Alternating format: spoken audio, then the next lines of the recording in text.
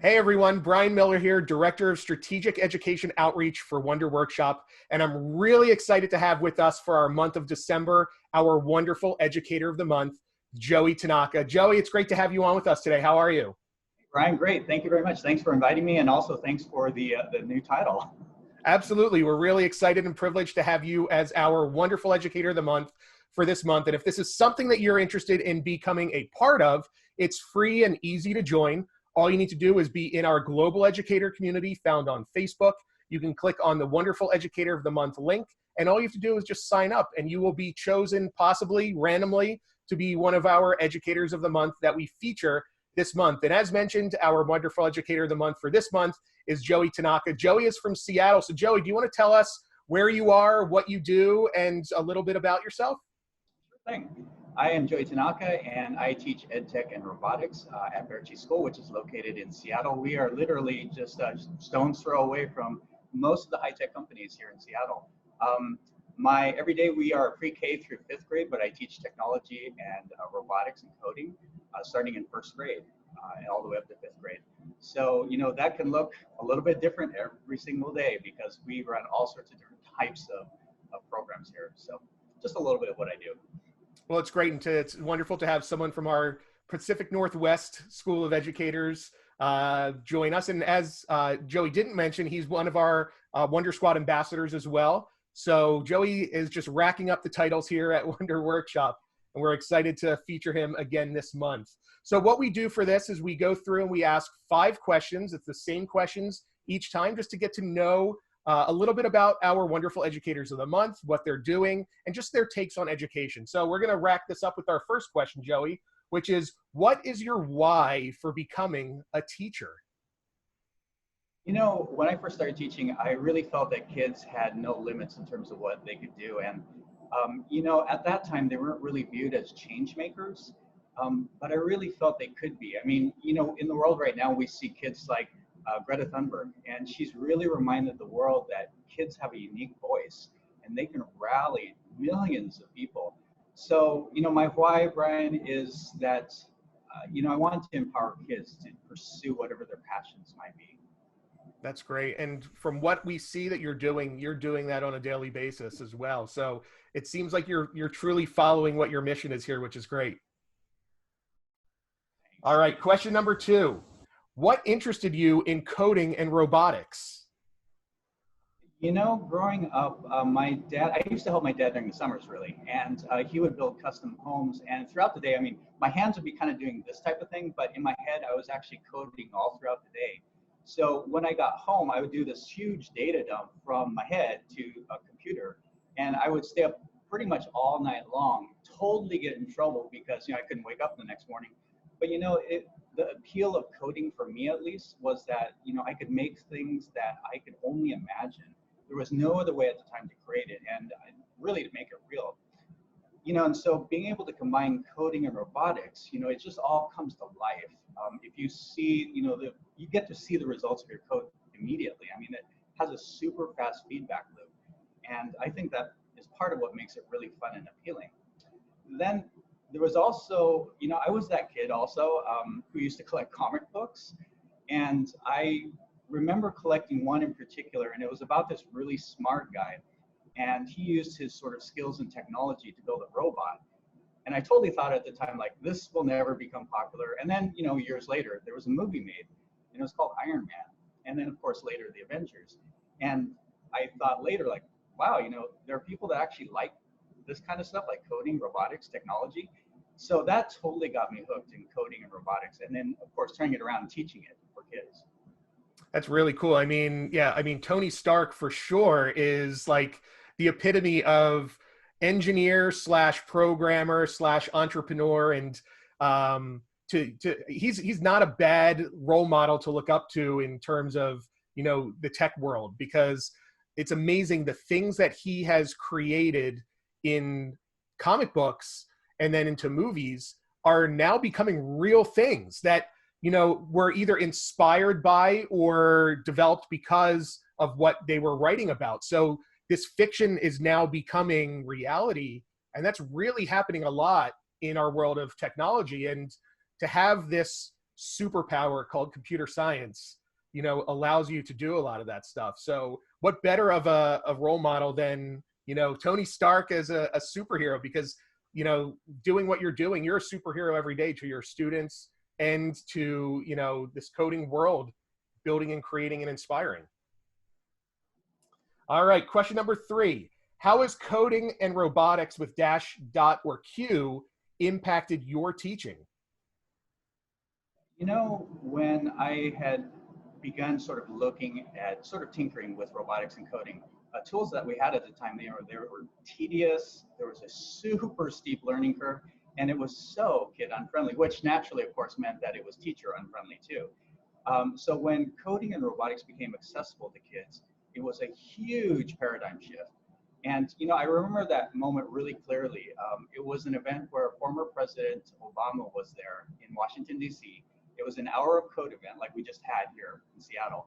And he had Dash and Dot. And as soon as I saw that, I thought, you know, this is going to change everything. So when I see, you know, the sense of accomplishment that kids get, the innovation that they bring out, you know, the robots themselves, you know, it's such, I mean, basically it's like a hashtag teacher proud moment.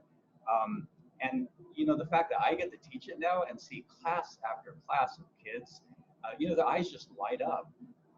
I think it's just as fun for me as it is for the kids. Yeah, and we see that everywhere we go. And for me, it's always, you know, what excites teachers, because, you know, if they're excited about it, then they're going to pass it on to their students. And then the students are excited, and then the teachers are immediately bought into it because they say, wow, like if I was inspired by this and excited, and the students are just as excited and inspired by this, this is going to be incredible what comes from this. And it's funny that you bring up the event in Washington, D.C., because we were actually there. I mean, Dash and Dot were there, obviously, with the pictures that you saw in video of President Obama using them, but Wonder Workshop was there as well, too. And this is the beginning of the spinoff of the CS for All organization. And that was all done under President Obama's administration. And now the work that CS for All is doing in conjunction with the CSTA, Computer Science Teaching Association, and Code.org, they have all joined forces to create these organizations that empower teachers to be able to teach computer science to students and provide the funds and resources needed for schools to be able to do this. So you were right there at the very beginning with, you know, following along and seeing how these robots were being utilized, which is, you know, which is really a testament to the work that you're doing in education, because you're up to date and following and knowing exactly what's happening too. It was a big moment. Yeah, it was. I mean, I would say it's a historical moment in computer science and education, right? Because I would say the one that came after that was just as big of a moment was the Pope doing coding as well too. I mean, that's pretty incredible as well. You know, just having these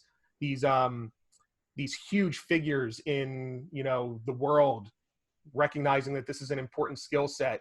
And then having, you know, other important people like celebrities joining in on these as well to show students that this is a skill that, you know, they've learned as well that they might be using. You know, in the early Code.org videos, Chris Bosch was doing, you know, some of this, and Will.i.am, and, you know, those are recognizable figures to kids. And the more we can do that, gets them more excited about it.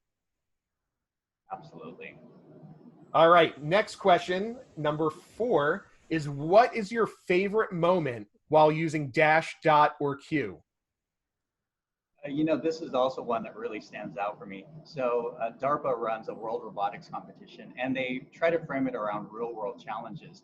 And DARPA asked the world to create robots that could help people during catastrophes and natural disasters.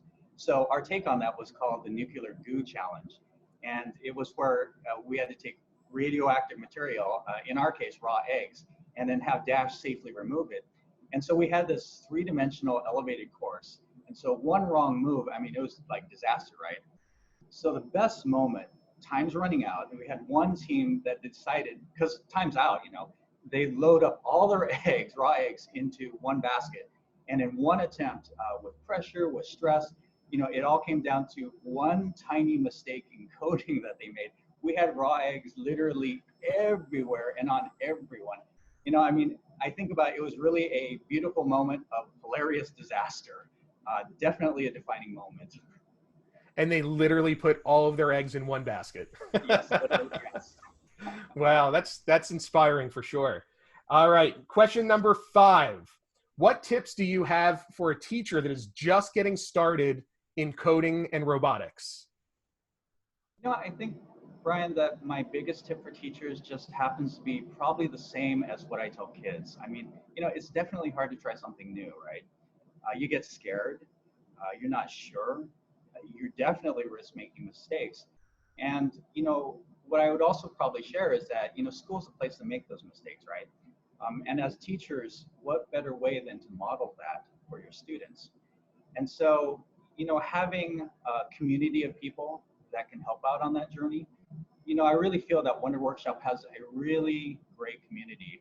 There's lots of helpful people, they're caring people, and they're totally spread out around the world. And so, just like with kids in a classroom, when they fall down, when they just outright fail, you know, having that helping hand, that can make all the difference in the world. If having a student, you know, just give up or actually try again. I think it's the same that holds true for teachers too. Great tip, and definitely using the community to, you know, not only inspire but also further educate and, you know, work through some of these questions that you have as you're becoming a teacher in computer science and robotics. Joey, these have been wonderful answers. What I do want to ask you real quick is, how can teachers follow you through your journey through social media? What's a good way to follow you? You know, so Twitter is a great way. I actually follow a lot of other teachers, wonderful professional development ideas from that. I'm at Tanaka Joey. Let's see what else. You know, that's probably the main one, although there are Facebook groups. I know that Wonder Workshop has one. There are many others sort of geared for those who are interested in ed tech and robotics. And then there are just a number of other venues that I actually just use in terms of websites, things like that. But for social media, it's primarily that.